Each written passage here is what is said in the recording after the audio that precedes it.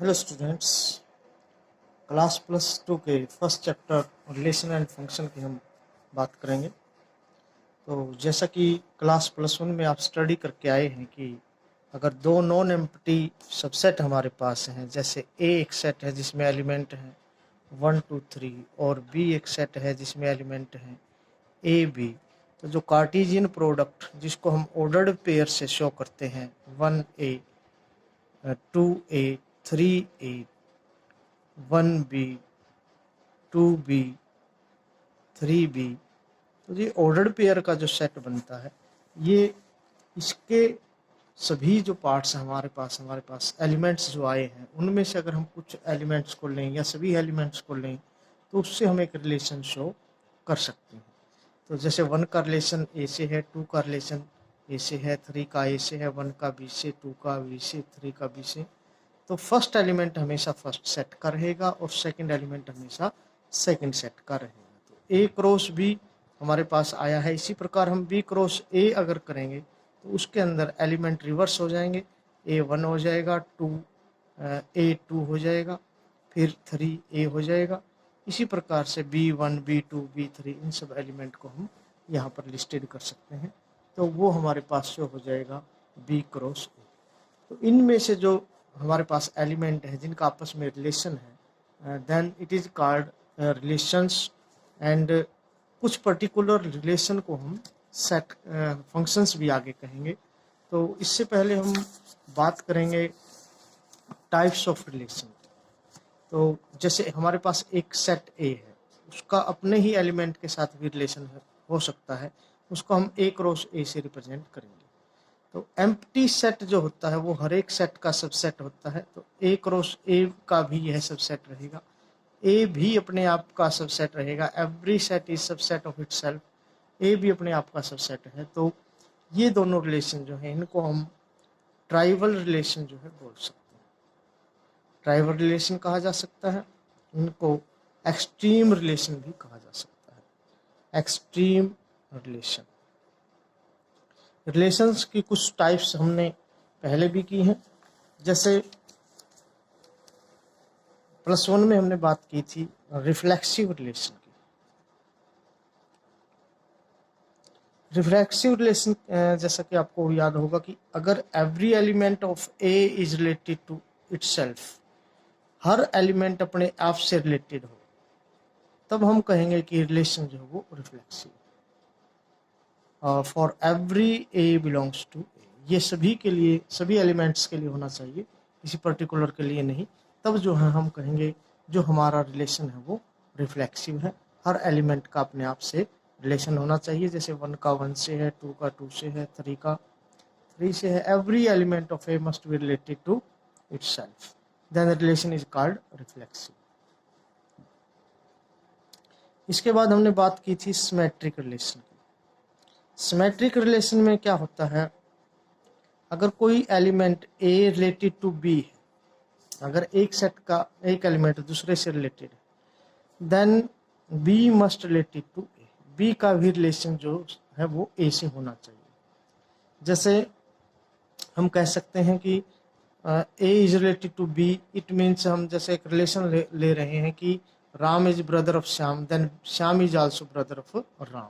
तो रिलेशन जो हमारा हो जाएगा वो सिमेट्रिक हो जाएगा। और सिमेट्रिक जैसे इसके अलावा अगर Ram is brother of Sita and Sita is not brother of Ram, तो हम कहेंगे कि रिलेशन इज नॉट सिमेट्रिक। अगर ए का रिलेशन बी से है और बी का ए से रिलेशन नहीं है, तो हम कहेंगे रिलेशन इज नॉट सिमेट्रिक। इसके बाद हमने बात की थी ट्रांजिटिव रिलेशन की।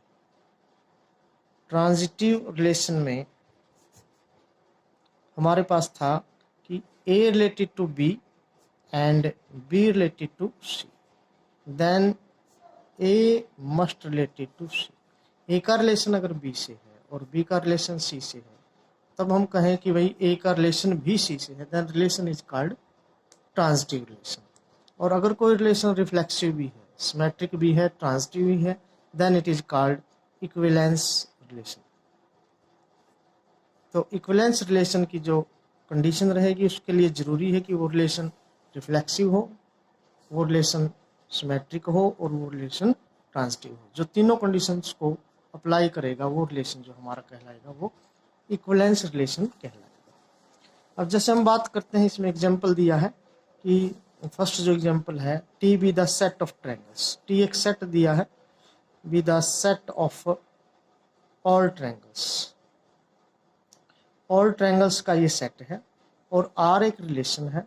आर रिलेशन जो है वो हमारे पास ऐसा है कि T1 T2 इसके एलिमेंट है और T1 T2 क्या है, T1 ट्रायंगल जो है वो कॉन्ग्रुएंट है T2 के। तो हमने शो करना है कि जो ये रिलेशन है ये इक्विवेलेंस रिलेशन होगा। We know that every triangle is congruent to itself. हर ट्रायंगल अपने आप के कॉन्ग्रुएंट होती है। Therefore for every T1 belongs to T। जितनी भी ट्रायंगल्स हमारे पास हैं उसमें हर ट्रायंगल अपने आप से कॉन्ग्रुएंट रहेगी, तो हम कहेंगे रिलेशन जो है वो रिफ्लेक्सिव है। R is reflexive. फिर हम ले रहे हैं दो ट्रायंगल्स ऐसी जो एक दूसरे के congruent. Let T1 is related to T2। ये T1 T2 जो है बिलोंग करते हैं R से। बिलोंग करने का मतलब यही है कि T1 जो है वो कॉन्ग्रुएंट है T2 के। अगर T1 T2 के कॉन्ग्रुएंट है तो सिंपली इम्प्लाइज है कि T2 भी जो होगा वो कॉन्ग्रुएंट होगा T1 के। तो therefore T2 is related to T1। T1 का रिलेशन T2 से है, T2 का रिलेशन T1 से है, तो R इज सिमेट्रिक। रिलेशन जो हो जाएगा वो सिमेट्रिक हो जाएगा। अब हम बात करते हैं थर्ड फेज की, ट्रांजिटिविटी चेक करेंगे। ट्रांजिटिविटी के लिए हम कहेंगे लेट T1 T2 बिलोंग करते हैं R से और साथ में T2 T3 भी बिलोंग करते हैं R से। T1 T2 भी बिलोंग कर रहे हैं और T2 T3 भी बिलोंग कर रहे हैं। इट इम्प्लाइज दैट T1 जो है वो कॉन्ग्रुएंट है T2 के एंड T2 जो है वो कॉन्ग्रुएंट है T3 के। तो ये ट्रायंगल इसके कॉन्ग्रुएंट है और T2 T3 के, तो सिंपली सी बात है कि T1 भी जो है वो कॉन्ग्रुएंट होगी T3 के। R is transitive. तो रिलेशन जो है वो ट्रांजिटिव भी हमारे पास आ गया। रिफ्लेक्सिव है, सिमेट्रिक है, ट्रांजिटिव है। हम कह सकते हैं R जो है जो हमारा रिलेशन है R इज इक्विवेलेंस रिलेशन। इस प्रकार से हम रिलेशन को इक्विवेलेंस रिलेशन शो कर सकते हैं। और नेक्स्ट जो एग्जांपल दिया इसने, नेक्स्ट एग्जांपल में इसने कहा है कि let L be the set of all lines in a plane R with the relation defined L1 L2. L1 is perpendicular to L2. Show that R is symmetric but neither reflexive nor transitive. जैसे हमारे पास L1 related है L2 पे, तो इसका simple जो definition दी है इस question के अनुसार, इस क्वेश्चन में ये है कि L1 is perpendicular to L2। तब हम कहेंगे कि L1 का रिलेशन है L2 से। We know that no line is perpendicular to itself. No line is perpendicular to itself. कोई भी लाइन अपने आप के परपेंडिकुलर नहीं होती, तो L1 is not related to L2। तो L1 का L2 से रिलेशन नहीं है। Relation is not reflexive. तो रिलेशन जो है रिफ्लेक्सिव नहीं है। अब हम बात करेंगे सिमेट्रिक की। हम मान लेते हैं late L1 is related to L2, यानी L1 का जो रिलेशन है वो L2 से है। इसका मतलब हो गया कि L1 जो है वो परपेंडिकुलर है L2 के। देन L2 भी जो है वो परपेंडिकुलर होगी L1 के। इस implies that relation is R is, जो रिलेशन हमारे पास है R इज सिमेट्रिक। रिलेशन हमारा जो है वो सिमेट्रिक रिलेशन हो जाए। अगर आगे हम ट्रांजिटिविटी के लिए मान लेते हैं कि L1 का तो रिलेशन है L2 के साथ और L2 का जो रिलेशन है वो L3 के साथ, यानी L1 जो लाइन है वो परपेंडिकुलर है L2 पर और L2 जो है वो परपेंडिकुलर है L3 पर। तो अगर एक लाइन दूसरी पर परपेंडिकुलर है और उस पर एक दूसरी लाइन, तीसरी लाइन परपेंडिकुलर आ रही है, इसका मतलब ये दोनों लाइनें जो होंगी ये दोनों तो आपस में पैरेलल होंगी। तो L1 जो है L3 के परपेंडिकुलर नहीं होगा। L1 is not related to L3. Relation is not transitive. तो ये रिलेशन जो है ट्रांजिटिव नहीं है। इस प्रकार से हम बता सकते हैं कि कौन सा रिलेशन रिफ्लेक्सिव है, कौन सा ट्रांजिटिव है, कौन सा सिमेट्रिक है। आगे हमें जो है सेट के अंदर कुछ एलिमेंट्स दिए हैं। सेट में हमारे पास जो रिलेशन में एलिमेंट है वो है 1 1 2 2 3 3 1 2 2 3। R is reflexive but neither symmetric nor transitive.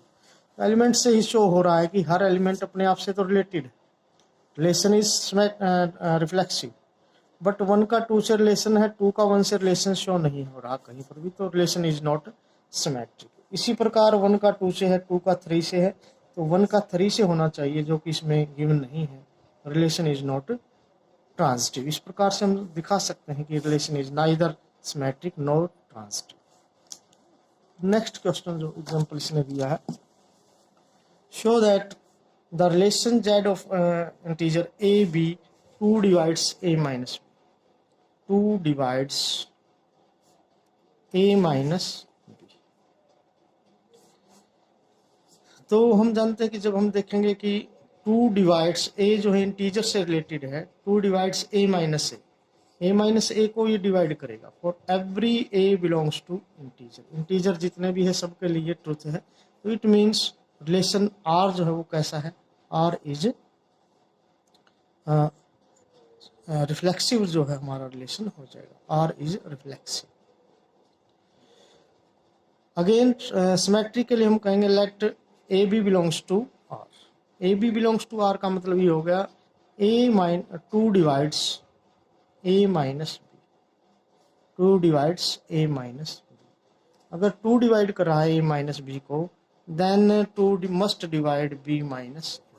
तो R is A related to B था, तो बी भी रिलेटेड हो जाएगा किससे, ए से। आर इज सिमेट्रिक, रिलेशन जो है हमारा सिमेट्रिक हो जाएगा। इसके बाद हम बात करेंगे ट्रांजिटिविटी के लिए, let A B belongs to R and c d b c belongs to are.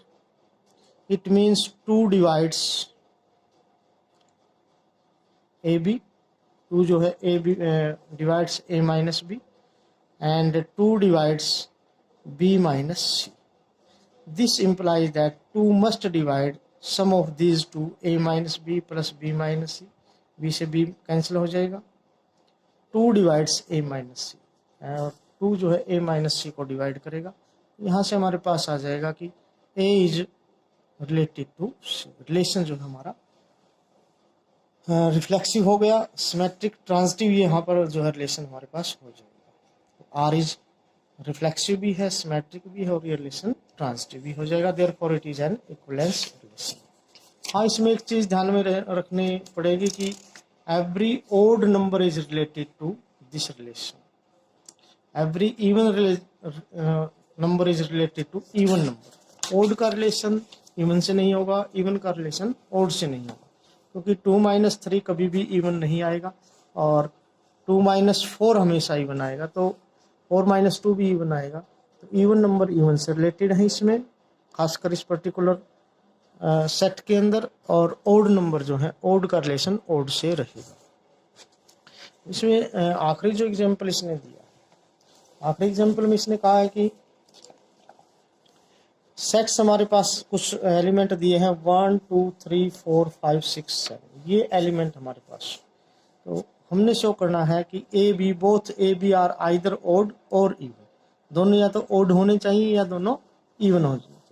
अगर हम यहाँ पर देखें कि इवन नंबर का तो रिलेशन इवन से ही होगा, तो ओड का ओड से रहेगा। जैसे 2 का रिलेशन 2 से रहेगा, 3 का 2 का 2 से रहेगा, 2 का 4 से भी हो जाएगा, 2 का 6 से भी हो जाएगा। इसी प्रकार 4 का 4 से और 4 का 6 से। अगर इस रिलेशन के एलिमेंट्स को हम चेक करें तो every element is related to itself. 2 का 2 से रहेगा, 4 का 4 से भी रहेगा, और ये लिखा हुआ यहाँ पर 6 का 6 से रहेगा। तो रिलेशन इज रिफ्लेक्सिव। इसी प्रकार रिलेशन जो है सिमेट्रिक भी होगा और ट्रांजिटिव भी ये रिलेशन हो जाएगा। तो सारे शो करेगा ये। तो इस प्रकार से रिलेशन जो रहेगा इक्विवेलेंस रिलेशन रहेगा। ओड नंबर ओड से ही रिलेटेड रहेंगे, तो रिलेशन जो रहेगा वो रिफ्लेक्सिव भी होगा, सिमेट्रिक भी होगा और ट्रांजिटिव भी होगा। आगे हम इसकी एक्सरसाइज करेंगे नेक्स्ट वीडियो।